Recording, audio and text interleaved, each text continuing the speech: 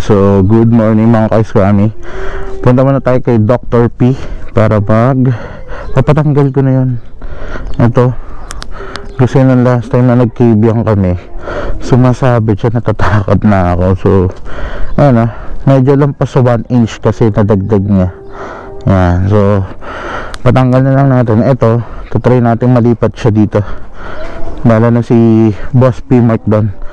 So punta na tayo ng Kawit. Alright. Dito tayo dadaan, shortcut pa Lancaster. Yan. So yun nga, bakit ko ipatatagkad yung crash guard? So since binili ko to, kasama na kasi yung crash guard. The problem is, hindi ko rin in-expect na possible nga siyang sumabit in time na yung sa sudden corner, yung biglang liko, diba, na yung kailangan mo talagang maglin ng onte. So yun, kinabahan talaga ako doon na sasabit nga siya pag ganon. Ito kasi yung picture na yun, yan, ang dami nagsasabi. May nagsasabi, hindi naman marami, may nagsasabi doon na pinalowered ko daw yung ADB, pero hindi ko po pinapalowered tong ADB. Ngayon malalaman natin kung hindi ba talaga to binabaan. Pero as per checking kasi doon sa mga shocks niya, wala naman tabas, hindi naman binaba, nakaangat lang. So level lang din naman siya nung chinek ko. Kaya yun. So hindi ko alam, may narinig kasi ako parang ugong. Hindi ko kilala kung sino yung nagbe-build na ito, pero i-honest review lang ako dito sa crash guard na to. Yun siya kaya may parang umuugong doon sa motor. Hindi ko alam kung dahil ba dyan. Mamaya pag tinanggal ko to, pag tinanggal yan, doon ko malalaman kung talaga bang yung ugong ay nanggagaling doon. Ngayon talaga parang umuugong, muhuni. Hindi ko nga alam kung sa fender, pero malabong sa fender o sa negative yun. Kaya yun. So punta tayo kay Dr. P Mark. Siya na rin naman nagagawa ng mga Aerox ko dati sa mga wirings. Malinis kasi gumawa si Dr. P. So kahit Vespa, pwede kayo magpaano sa kanya sa Vespa, mura pa sa kanya. Pwede kayo magpa-wiring sa kanya na Vespa, palagay kayo ng aux light. Yan.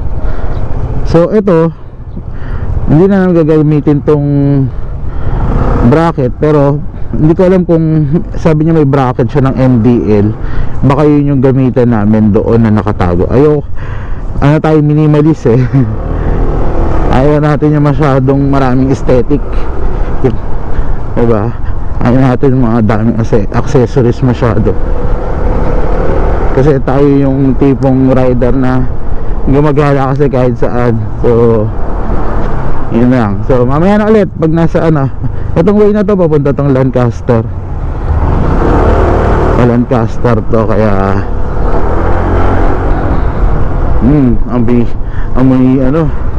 amoy damo.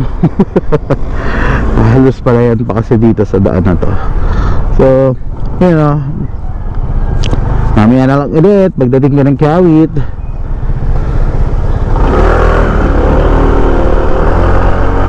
Dito na tayo sa Kawit. So dito na tayo liliko sa kanan.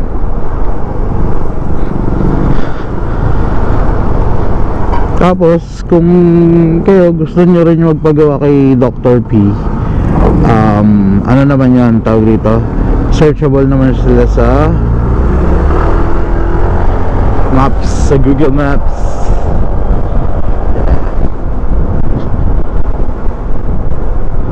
Tagal ko na dumaan dito.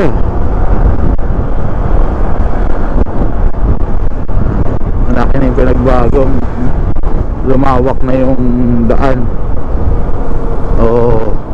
Ayos. Ano talaga, na ayos na nito to. Dati ang liit na ito nakipot pa.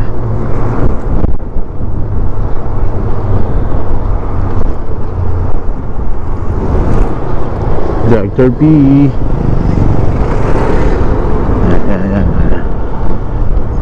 Yan.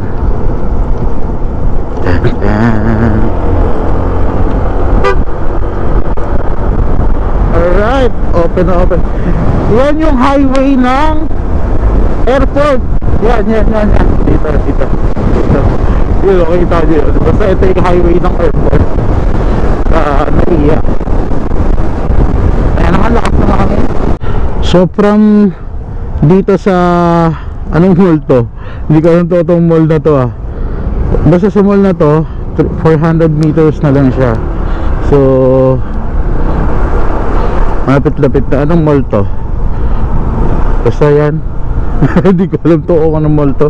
Bahala siya. Woo!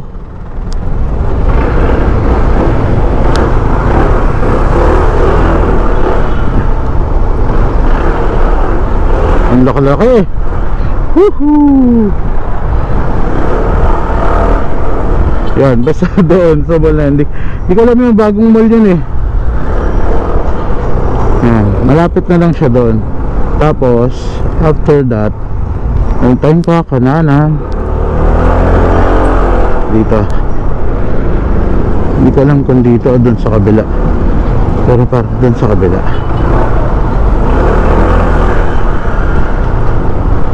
Yan, ito yata.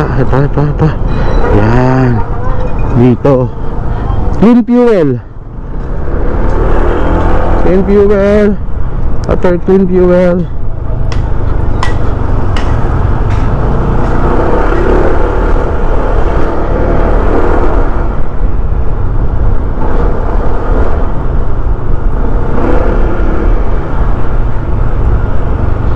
asan na yan? Ayun.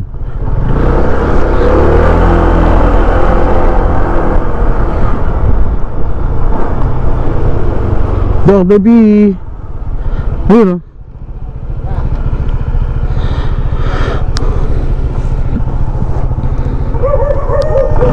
Tama na.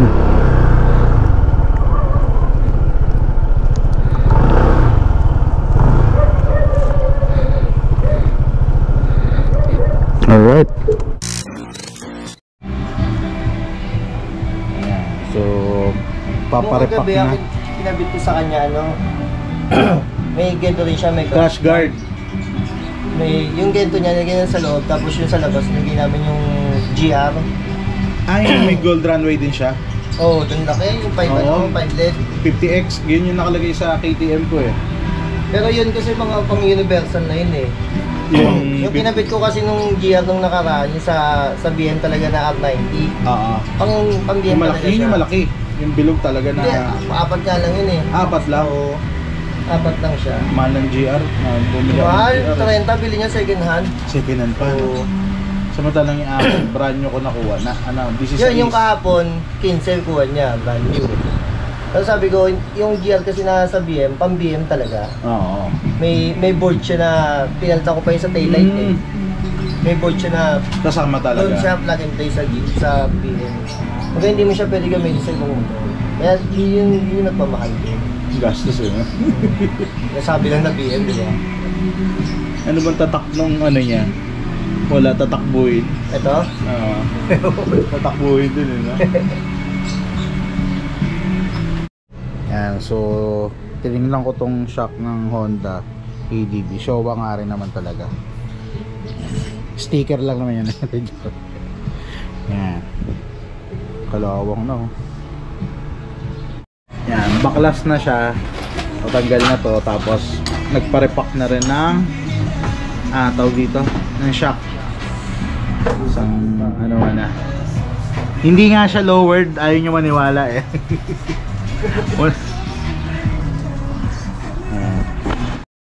Sabi ko, habaan mo, ang hirap ka ako pisilin. Ano, ganda ng ano eh. Ang hinabaan niya. Tsaka hindi ka na nahirapan mag ano, yung gaganon na mo pa, no?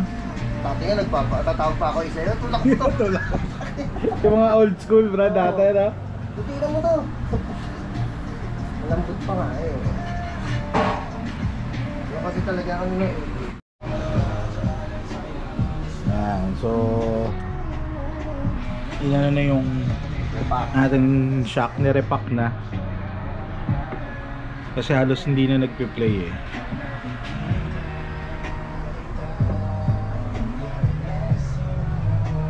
Yan. Simula nung tinanggal nila yung mga starter.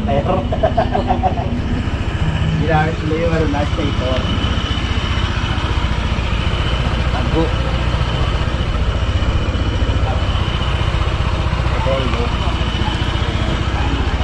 Malabo yung isa mo.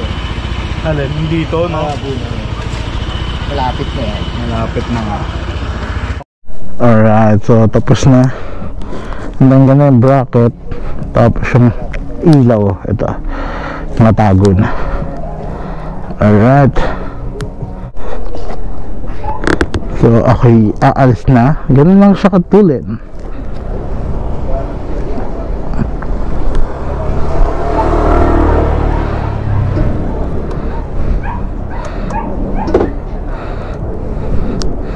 Alright.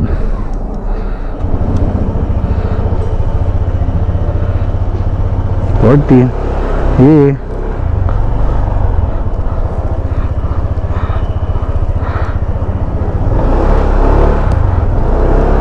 Boss, sabat na ako. Thank you. Oo. Alright. So tapos na. Ay Boss P-Mark. Natanggal na namin lahat. Oh, wala na. Wala nang tukod din yung shock. So pinaripa ko na sa kanya. Meron lang siyang ginawang diskarte dito sa ADB dun sa shock para mawala rin yung tukod. Yan, gumanda yung play ng shock. Traffic ah. Yan ang play ng shock ko ngayon. Anong biro? Ang traffic. Daan. Kaya mas malinis tingnan, walang bracket.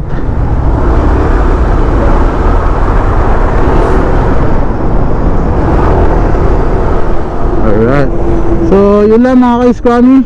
Maraming salamat. So kung gusto nyo magpagawa din kay P-Mark, kahit anong motor, Vespa yan, Yamaha, Honda, puntahan nyo lang si P-Mark o Dr. P. Ano siya, masasearch nyo siya sa mapa, sa Google Maps. Hanapin nyo lang yung Dr. P. Ayan, nasa Kawit siya, Kawit, Gahak. Alrighty, yeah. Alright, so natanggal na natin yung crash guard. Okay na yan. Ito na siya. Mas gusto ko kasi mas malinis tingnan. Tapos tingnan natin yung ilaw ngayon. Ayan, so wala na, nasaan na ngayon yung ating ilaw? Nawala, diba? Nawala na yung ilaw natin. So nandito na siya ngayon. Ayan, ayun na siya oh. So ayun, yung ilaw natin. Nandun na siya sa ilalim mismo. Ayan. Tapos tingnan natin yung high. Ayan yung high. Ayan. So nandun na siya sa pinaka ilalim ngayon. Ayan. Tingnan natin flashlight. Ayan, ito na yung ilaw. Yun, nakatago na dyan. So yun, alright, all goods. Tignan natin ito bukas para sa Kabyang kung okay. Yeah. Yan, ito yung dahilan kung bakit pinatanggal ko na tong crash guard na to. Ito yung sumabit nung nung last na rides ko sa Kalatagan. Medyo nakakaba, 'di ba? Kaya tinanggal ko na. Tapos pinatago ko na lang yung ilaw. So yun, alright.